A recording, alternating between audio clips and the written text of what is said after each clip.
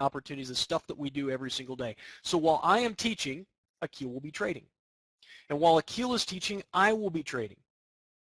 And we're going to be bouncing back and forth like that. So we're going to be doing reviews of what's happening in the market in between some of our training sessions that we're doing here. And it's not jam-packed wall-to-wall with training sessions. There's going to be some times in there where we're just sitting talking about the market, watching the market move, talking about our psychology and those types of things. Those types of things we're going to do over, but we do have some lessons in there, and I don't want to lose sight of kind of the trades that are taking place during that. So we're going to be watching the market continuously throughout that time. Now, some of you who are on, not quite so good internet may not be able to see the presentation and see the video at the same time. So, sorry.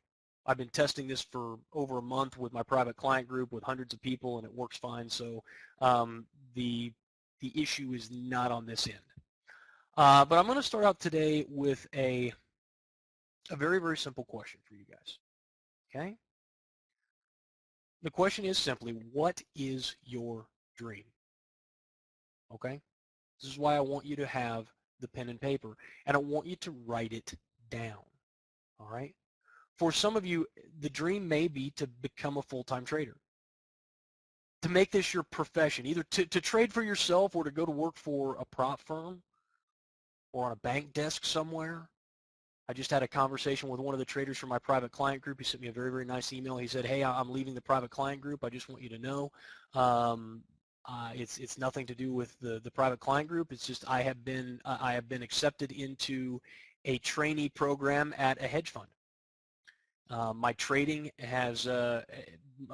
results have given me the opportunity to go out and be part of this training program and potentially get to sit on the desk of a large hedge fund. And he said, I just want to thank you for for what you've done. I'm just going to stay in the live room. I love what Akil does. It's that's my method, but I just don't have time to do both. And I sent him a response back, and I just said, man, I'm so excited for you. This is exactly what we want. I don't want people who are tethered to us. I want you to be here as long as you want to or need to be here. But eventually what I want is for you to spread your wings and kind of get out there and start doing this stuff on your own, which is exactly what he did. So that may be what it is that you're trying to accomplish. You could just want to replace your income. Maybe you just hate your job. And you're just like, man, I don't necessarily want to become a full-time trader. I don't want to be sitting in front of my desk all day, every day. I don't want to make it a career. But, man, if I could just replace the income that I'm making now, because I'm not making great money, $50, $60, $70, $100,000 a year, I'm not making awesome money, but, hey, if I could just replace that income, I'd be happy because I'm not somebody who needs millions and millions of dollars in the bank. So if I could work a few hours a day and then go golf and, make six figures a year, that's cool with me. You could, on the other hand, want to keep your job. So you say, well, I really like what I do. I love what I do and the income that I create.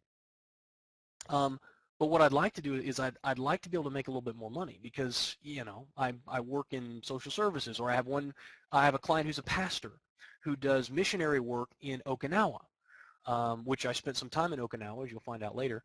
And he said, I'm looking for a way to use my income and my the minimal amount of wealth that I have to create more wealth. And so you could maybe just want to replace that income and keep the job that you love doing now. Creating a second income stream. You say, hey, I like it, but that second income stream is going to make me the money and give me the security that I don't have right now in the job that I've got. And the last one I could think of was, you want to leave a legacy. You want to pass on to your children, to your grandchildren, a level of security and a level of opportunity that you've never had. Does anybody feel like that? I have kids now. I have four little ones. And my oldest is 6. My youngest is about 1.5 years, so I have very little kids. And now that I have children, if you could have told me that a few years ago, I'd be like, those kids can, they could do it on their own. I did it on my own. They could do it on their own. But the more I see those kids and they start to grow up, the more I think, man, I want to, I want to give them something that I never had. I want to give them a leg up. I'm not saying that I got to hand them everything in their life, but good grief.